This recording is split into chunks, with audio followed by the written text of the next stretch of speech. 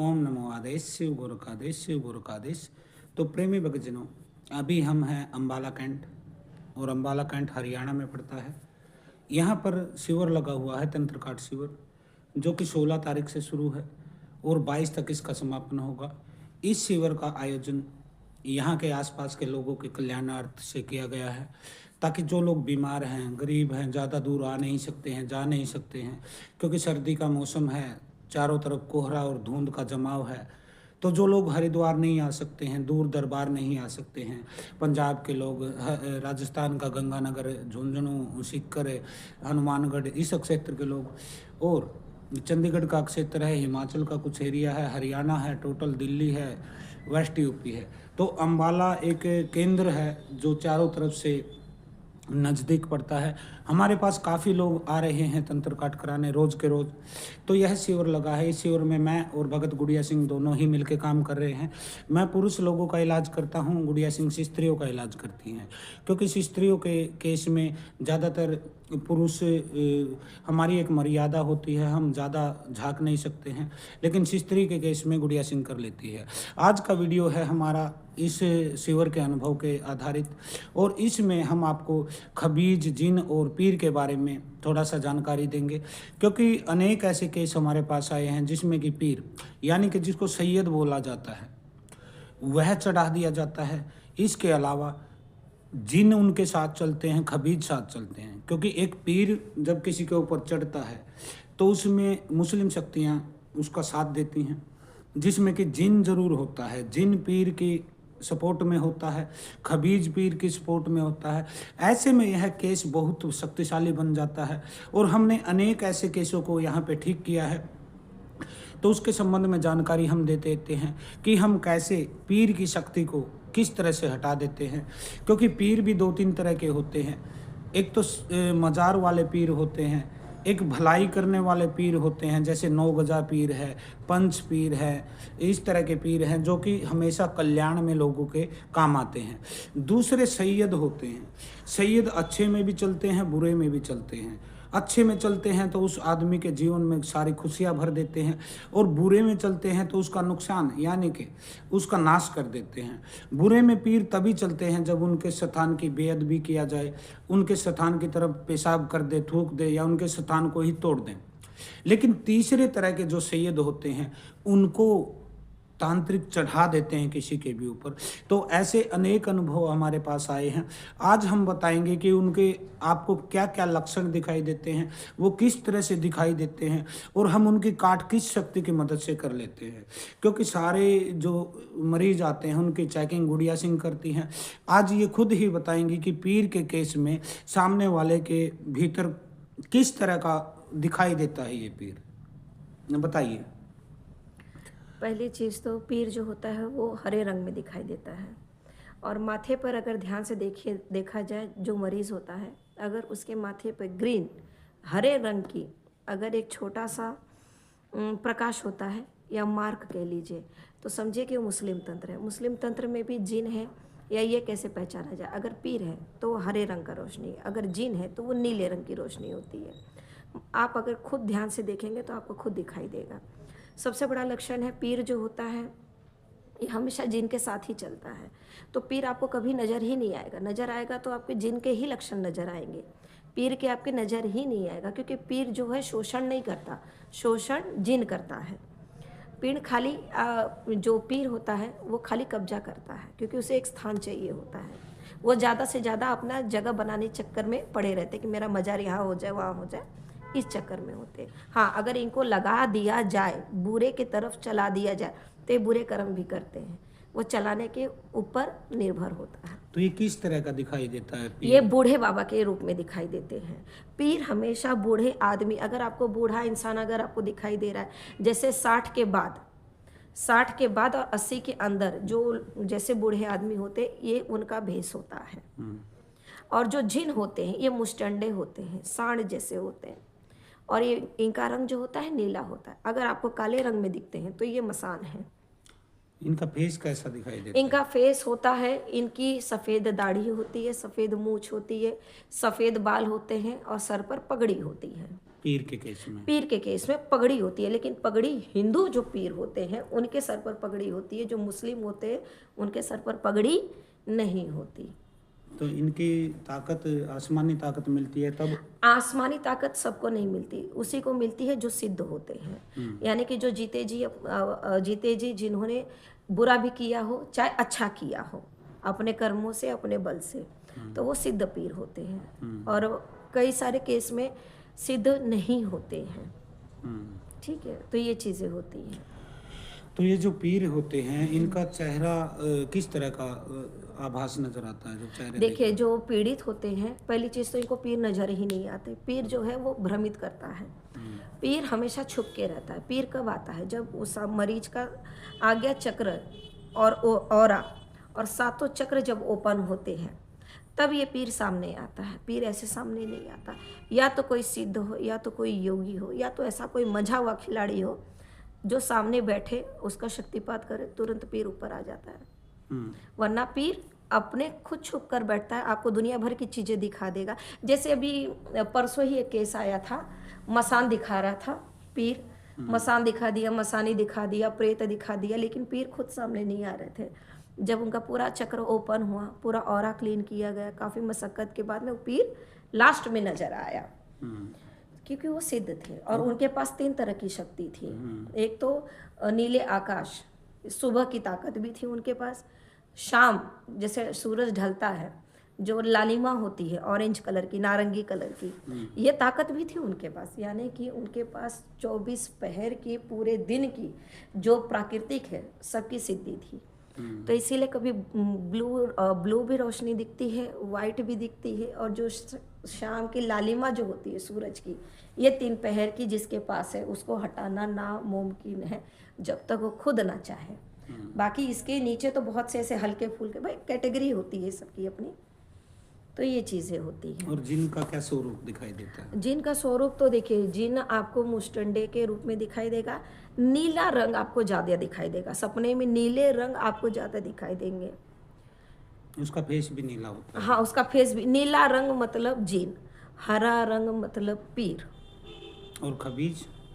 खब्बीस जो होता है, खब्बीस के 3 सर होते हैं, लेकिन वो 3 सर एक ही धड़ में नहीं दिखाई देते हैं। वो 3 रूप में आपको दिखाई देगा, लेकिन अलग अलग भेष में दिखाई देगा। यानी कि वो कंफ्यूज करता है, वो भ्रमित करता है।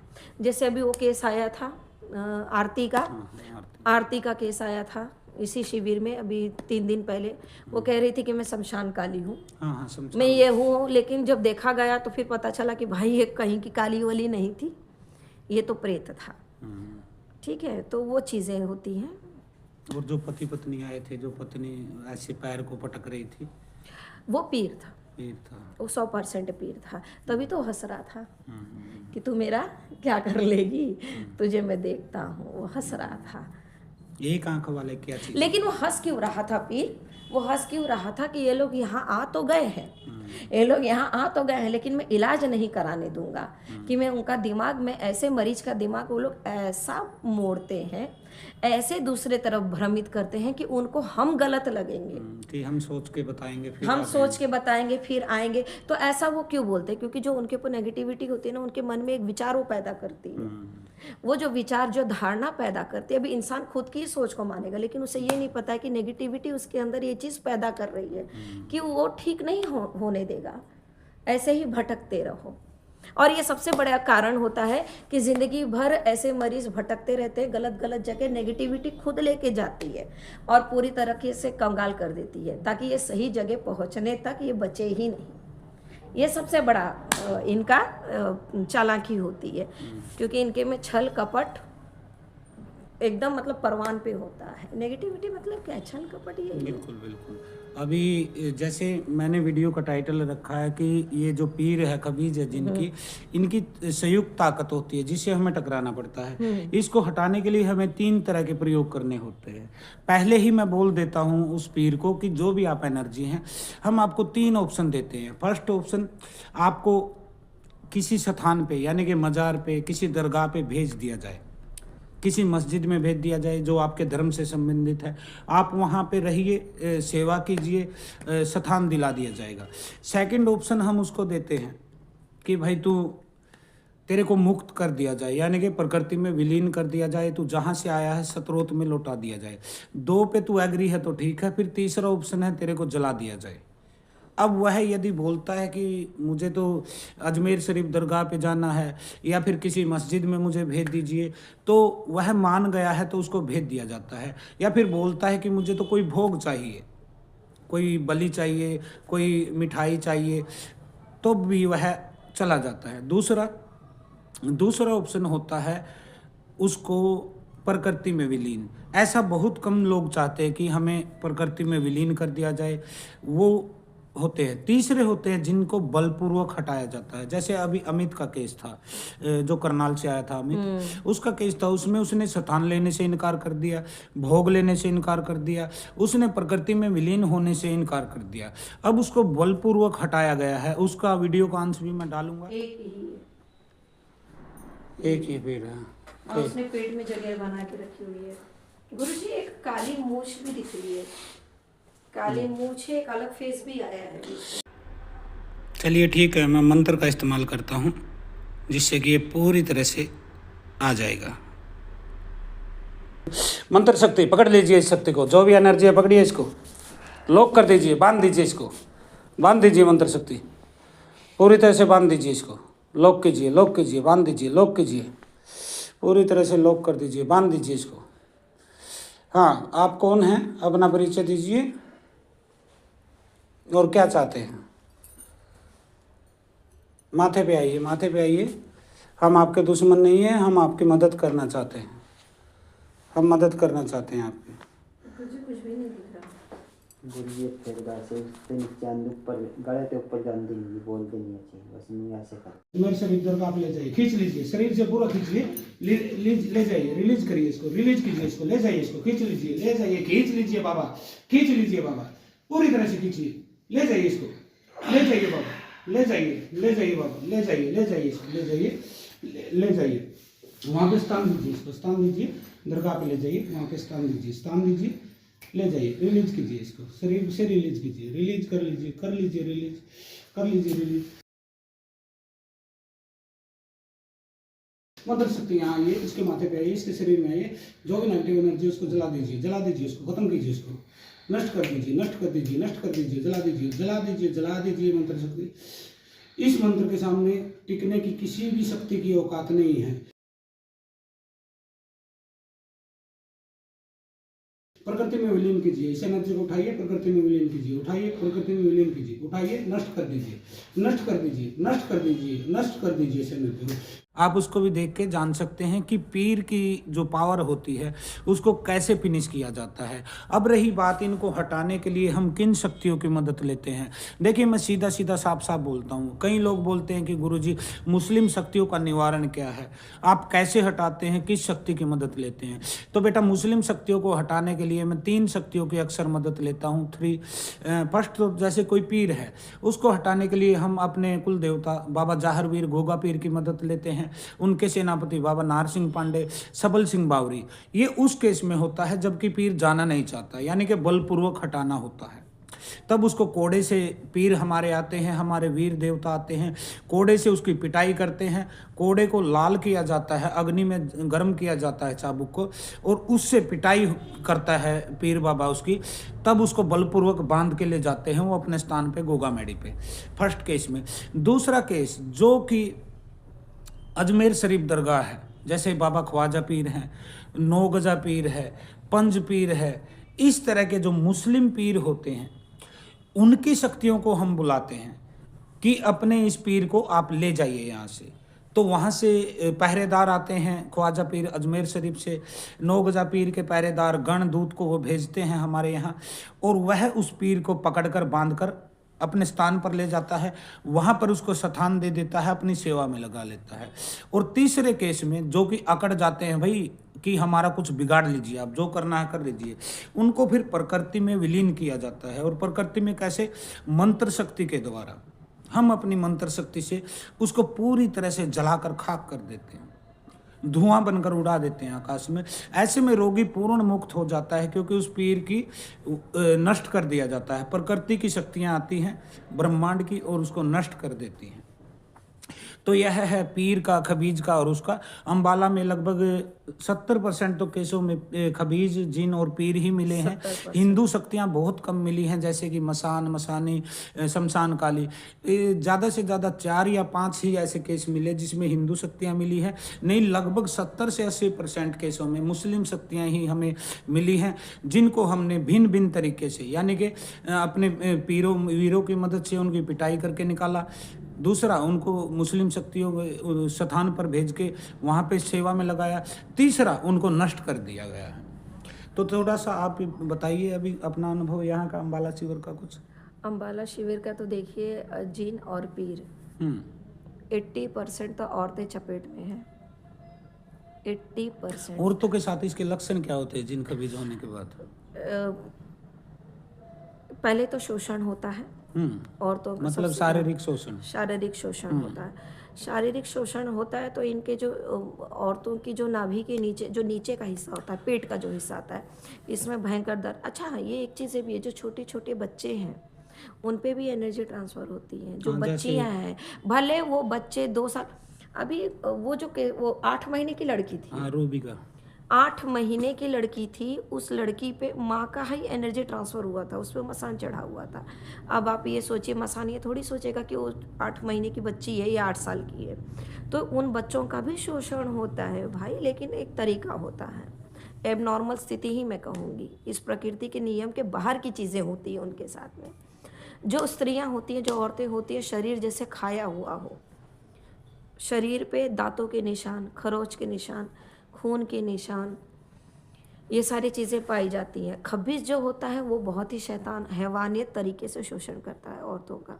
शोषण इस प्रकार होता है कि शरीर के ऊपर जो स्किन है, इसके ऊपर धब्बे मिलेंगे, और धब्बे उसके काट के खाने की होती है। अंदर कलेजे में ऐसे लग रहा है कि कुछ फड़फड़ा रहा है, वो एक्चुअली फड़फड़ाता नहीं है, वो खा रहा होता है, अंदर के शरीर खाते हैं। तो ये अलग ही लेवल की बात है। अपने अपने लक्षणों को आप लोग पहचानिए। यदि ये लक्षण अगर मैं बता रही हूँ, अगर इस लेवल पे, अगर इस स्टेज पे आप पहुँच गए हो, तो ये समझ जाइए कि 70% आपका शरीर अंदर से खा लिया गया है। अगर यहाँ तक आपको समझ में आ रही है चीज़, तो बाकी 30% जो बचता है वो हमारे ठीक करने के बाद भी 70% जो शरीर के अंदर का जो नुकसान होता है, इसकी भरपाई होने में भी 1-2 साल जाता है। क्योंकि कुछ लोग ऐसा बोलते हैं ना कि हम ठीक कब हो जाएंगे, क्योंकि हमारे पास आते हैं नहीं, तो अभी देखिए, ठीक कब हो जाएंगे वो बात नहीं होती है गुरुजी। जो शरीर के अंदर की जो हील, अभी हम हाथ डाल के तो उनका शरीर रिपेयर नहीं कर सकते। कोई सीमेंट या पीयूपी पुट्टी तो भरना नहीं है ना कि दीवार कहीं खदड़ के गिरी है तो हाँ, हमने वही सही बात कर है दी। ना, लोग कहते अभी हैं। ये बेवकूफ़ाना हरकत है, क्योंकि शरीर के अंदर की चीज़ तो डॉक्टर भी नहीं कर सकता। डॉक्टर भी ऑपरेशन करके मरीज को ठीक ही करेगा। हील वो अपने प्राकृतिक तरीके से ही होगा जब उसका समय होगा। डॉक्टर, अरे एक अगर टाइफाइड भी होता है तो आदमी 6 महीने बिस्तर से उठने के लायक नहीं होता, अगर एक टाइफाइड भी होता है तो, क्योंकि इतनी कमजोरी उसको घेर लेती है, खून जल जाते हैं। तो ये चीज़ें हैं। बाकी तो ये मूर्खता वाली बात है जो लोग कहते हैं, क्योंकि अपने शरीर को समय देना होता है, शरीर समय मांगता है। ये वैसी बात हो गई जैसे पैर में कांटा चुभ गया, बिल्कुल। कांटे को हम पकड़ के निकाल दिया चिमटी से, लेकिन जहाँ कांटा चुभा था वो जख्म बच जाता है, उसको भरने में 2-4 दिन तो लगेगा आपको। लेकिन लोग सोचते हैं कि गुरुजी कांटा, आपने बोल दिया कांटा निकल गया, लेकिन दर्द तो अभी भी हो रहा है, तो उस जख्म के कारण दर्द रहता है। हाँ, तो ये इनका देखिए क्या होता है ना, उनकी भी गलती मैं नहीं बोलूँगी, मरीजों की भी गलती नहीं होती, क्योंकि दिमाग का जो चक्र होता है, शरीर के जो 7 चक्र होते हैं, 7 चक्र तो वो लोग खाली कर देते हैं। तो दिमाग ना सोचने के काबिल होता है, ना समझने के काबिल होता है। हाँ, उनका शरीर एक ही काबिल होता है, खाली पीड़ा सहन करने के। आदत पड़ जाती है उनको, खाली पीड़ा सहन करने की वो हो जाती है। दिमाग तो काम करता ही नहीं उनका, क्योंकि वो चक्र ही खाली कर देते हैं, आज्ञा चक्र खा जाते हैं। तो ये चीज़ें होती हैं। तो थोड़ा सा संयम, नियम और सब्र ये बहुत ज़रूरी है मरीजों के लिए, क्योंकि जख्म तो दवा से ही भरेगा। अब दवा तो है ही गुरुजी, प्लस समय। समय अभी आप सोचेंगे कि 1 महीने का दवा मैं पैर पर डाल दूं और 1 ही दिन में ठीक हो जाए, नहीं। 1 दिन के घी खाने से आदमी मोटा नहीं होता, 100 दिन के खाने से कहीं कुछ फर्क पड़ता है। तो ये चीज़ें होती हैं।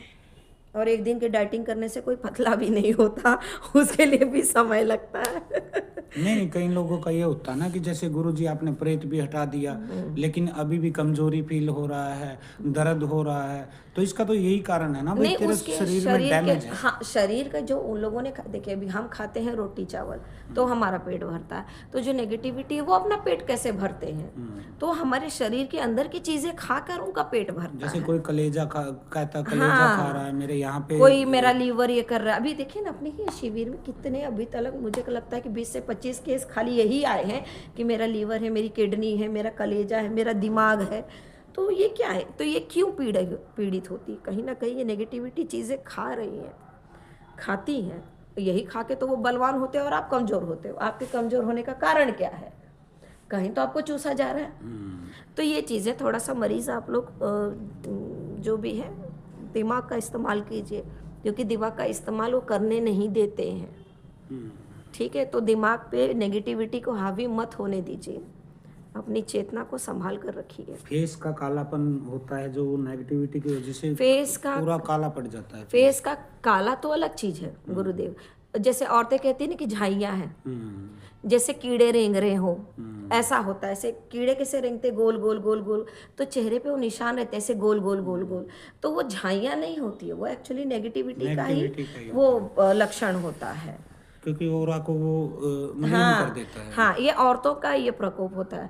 और आदमियों का क्या होता है, ये आंखों के नीचे और ये माथा, गहरे गड्ढे काले रंग हो जाता है। ये अलग ही सिस्टम होता है। ये समझ लीजिए कि जैसे एक चट्टान और पत्थर को देखो तो उसकी जो काया होती है वो ऐसे इंसान बनते जाते हैं। शरीर पे लाल नीले रंग के निशान भी मिलते हैं इन केसों में, काले भी मिलते हैं। जैसे अभी वो पंजाब का केस था, शादी नहीं हुई है लड़की की, उसके पैर हाथ पैर देख उसका भी फोटो हम लगा देंगे ताकि लोग देख के निशानों को पहचान सकें।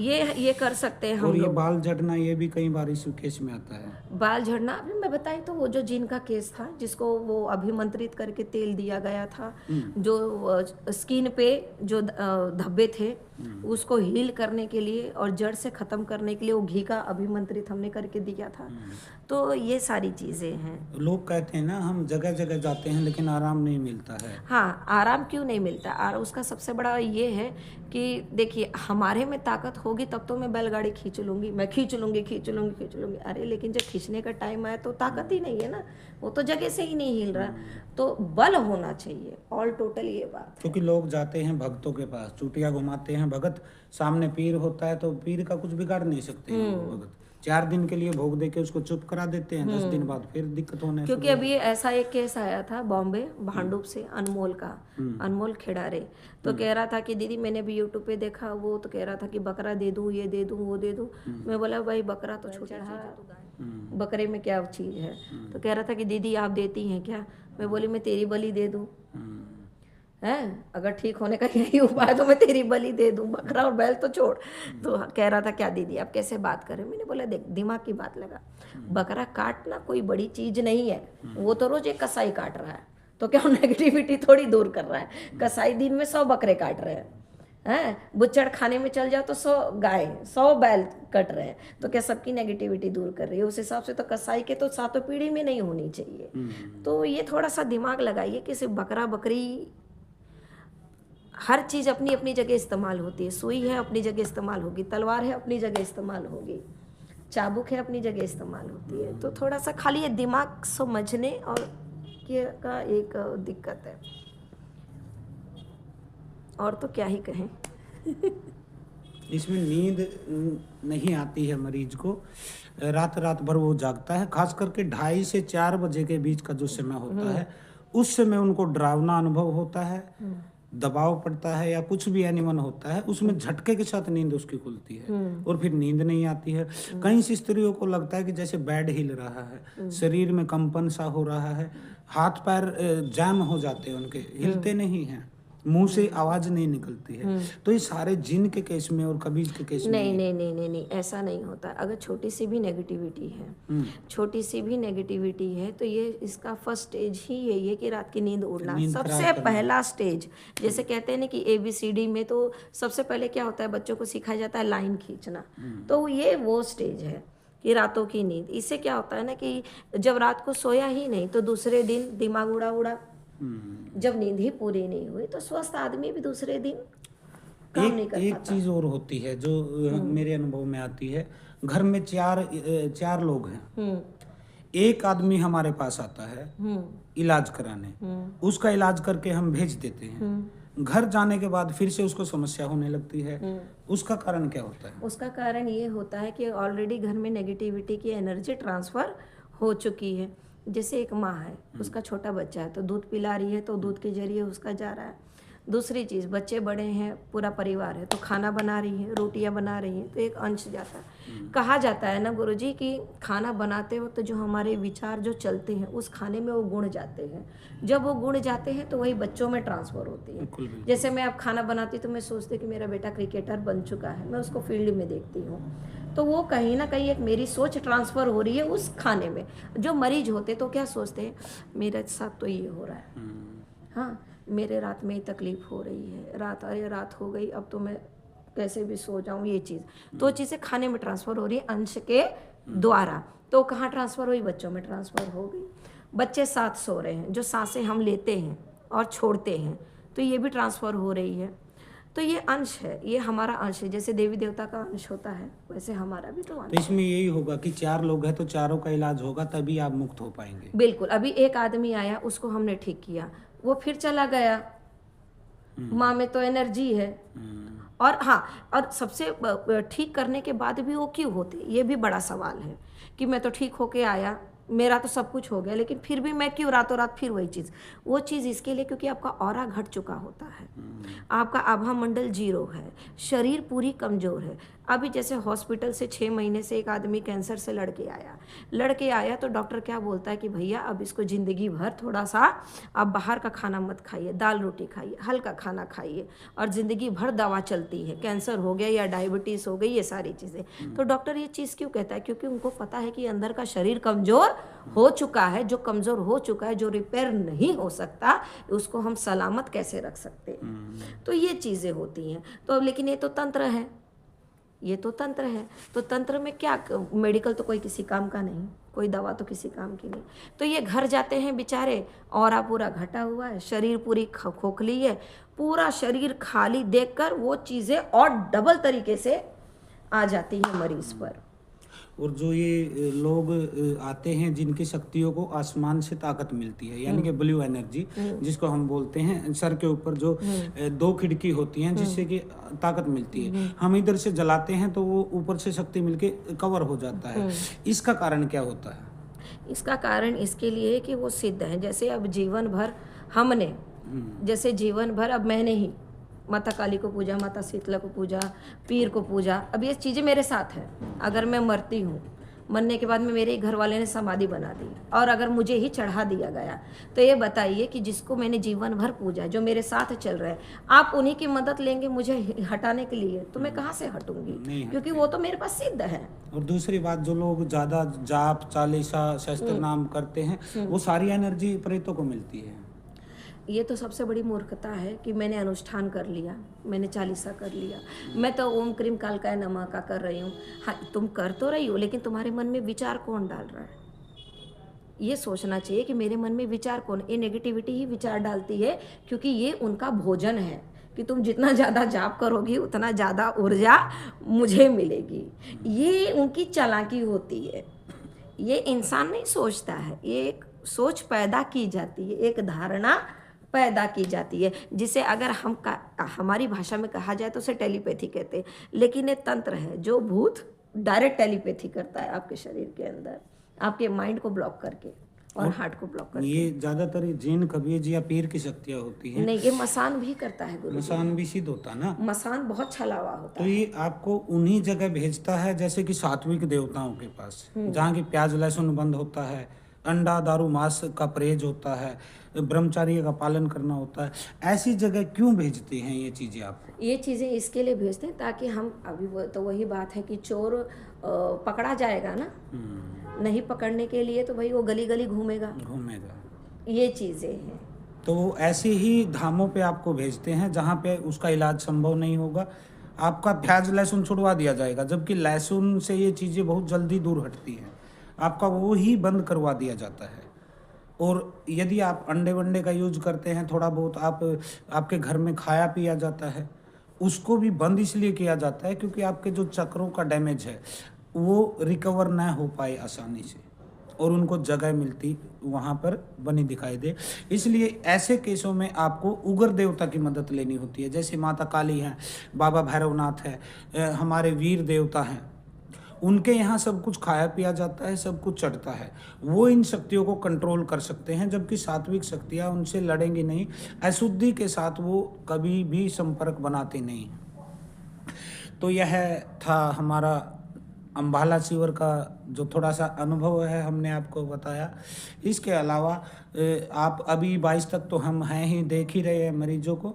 आगे आगामी जब भी शिविर लगेगा, क्योंकि अभी हम सोच रहे हैं इससे अगला शिविर हम उत्तर प्रदेश की राजधानी लखनऊ में लगाएं या फिर गुजरात में यह शिविर लगेगा। नेक्स्ट शिविर जो भी है फरवरी मार्च में जब भी हमारा अगला शिविर लगेगा, क्योंकि देखिए ज़्यादातर केसों में स्त्री पुरुष दोनों ही बीमार होते हैं, तो मैं स्त्रियों को बहुत कम इलाज करता हूँ स्त्रियों का, क्योंकि मेरी एक मर्यादा है। हाँ, पुरुषों का मैं इलाज कर सकता हूँ। स्त्रियों का इलाज करने के लिए गुड़िया सिंह को बुलाया जाता है शिविर में। स्त्रियों को यह देखती है, यह उनकी चेकिंग करती है, शक्तिपात भी यही करती है, शक्तियों को जलाया भी जाता है, क्योंकि कई केसों में स्त्री शक्ति होती है सामने वाले में, जैसे मसानी हो गई, कोई स्त्री प्रेत है, तो मैं उन पर हिट नहीं करता हूँ। जैसे हनुमान जी के केस में होता है ना, हनुमान जी कभी भी मसानी को हिट नहीं करेंगे, कोई स्त्री प्रेत होगी उसको हिट नहीं करेंगे, क्योंकि वो ब्रह्मचारी हैं एक तो। दूसरी बात वह है स्त्री पर कभी प्रहार नहीं करेंगे, क्योंकि अनेक लोग मुझे बोलते हैं गुरुजी मसानी है लेकिन हनुमान जी तो बहुत बड़े देवता हैं, फिर वो क्यों नहीं हटा पाते हैं? वो इसलिए नहीं हटा पाते कि आप सोचे कि उनमें ताकत नहीं है। नहीं, ताकत हनुमान जी में बहुत है, उनकी एक मुट्ठी के प्रहार से पूरा ब्रह्मांड कांप सकता है, लेकिन वो किसी स्त्री को हमला नहीं करेंगे। खाली इतना सा बात है। जैसे सूरसा थी, जब वो समुद्र पार कर रहे थे, सूरसा थी, तो उन्होंने कभी छोटा रूप बनाया, कभी बड़ा रूप बनाया, तो वो उसको बच के निकले थे वहाँ से, क्योंकि उनकी मर्यादा ही नहीं है स्त्री पर हमला करना। तो ऐसे ही मेरे साथ है, इसीलिए गुड़िया सिंह हम स्त्री पुरुष दो शक्तियों के रूप में काम करते हैं। आपके बेशक आपकी बहन का है, आपकी बीवी का है, माता का केस है, बेटी का केस है, उनको यह हैंडल करती है, और जहाँ पुरुष की बात है वहाँ पे मैं उसको हैंडल करता हूँ। इसलिए हम संयुक्त रूप से शिविर लगाते हैं। तो आप इन शिविरों को ज्वाइन करके अपने जीवन को उज्जवल बना सकते हैं और तंत्र से आप दूर रह सकते हैं। अभी आपको कुछ कहना है तो आप बताइए। अभी मैं ये देख रही हूँ गुरुजी, अभी इस समय देखिए आप मेरे माथे पे। हाँ हाँ हाँ, माथे पे। देखिए, बताइए बताइए, मेरे को मत दिखाइए। अगर जो भी ये वीडियो देख रहा हो वो बस मेरे माथे के बीच में देख लीजिए, उनको शक्ति अपने आप नजर आएगी। ये देखिए गुरुजी, दिखा? हाँ हाँ, वो देख लेंगे, मेरे को तो दिख ही रहा है हमेशा से। कौन है गुरुजी वो बता दीजिए। नहीं, मैं कुछ नहीं बताऊंगा भाई। ये तो वही बात होगी ना, अपने मुंह मिट्ठू मियाँ वाली बात। ये भी बात सही है। जिसको देखना है ना, जिसका नजर है जिसके पास, वो तो देख ही लेगा, और जिसकी फूटी ही पड़ी है भाई, उसको तो दीपक से भी आप नहीं दिखा पाएंगे। सूरज निकला है सामने लेकिन वो आंख बंद किए बैठा है कि अंधेरा है, ऐसे लोगों को हम कैसे दिखा सकते हैं? और समझने वाले तो समझ ही जाते हैं नॉर्मल टाइप में। तो आप यदि ऐसी ही किसी समस्या से पीड़ित हैं तो आप हमसे मिल सकते हैं। नेक्स्ट शिविर में आपको बुकिंग करा लेना है, क्योंकि शिविर में ही ऐसा होता है कि साथ के साथ आपका निवारण हो जाता है, यानी कि घंटे डेढ़ घंटे में आपके ऊपर कितनी भी बड़ी शक्ति है उसको हम हिट कर देते हैं। चाहे हम उसको मना के हटाएं, चाहे उसको बलपूर्वक हटाएं, चाहे उसको प्रकृति में विलीन कर दें उस आत्मा को, किसी तरह का यूज हम करते हैं अपने दिमाग से, क्योंकि तांत्रिक के पास दिमाग होता है। अब हम कोई वो तो है नहीं कि चुटिया घुमाते रहे आपके सामने, उधर से वो चुटिया घुमाता रहे, इधर से भगत घुमाता रहे, दोनों के सर पकड़ के ऐसे भिड़ा दो सालों को, तब पता चल जाएगा कि कौन से में ज़्यादा बलवान। हम तांत्रिक हैं, हम सौम्य बैठे रहते हैं, सिद्ध बैठे रहते हैं, खाली हमारी मंत्र शक्ति काम करती है, जिससे कि नेगेटिव एनर्जी को बांधा भी जा सकता है, पीटा भी जा सकता है और उसको हटाया भी जा सकता है। हमारे यहाँ कोई चक्कर काटने का भी रिवाज नहीं है कि 7 शनिवार आइए, 11 मंगलवार हाजिरी लगाइए, अर्जी लगाइए, अरदास लगाइए, चक्कर काटिए, नहीं। एक बार आइए, एक बार में ही आपकी एनर्जी को हम भस्म कर देते हैं। फिर आप अपने आराम से घर जाइए। आपको हम कुछ अभ्यास देते हैं, और वो अभ्यास क्यों देते हैं?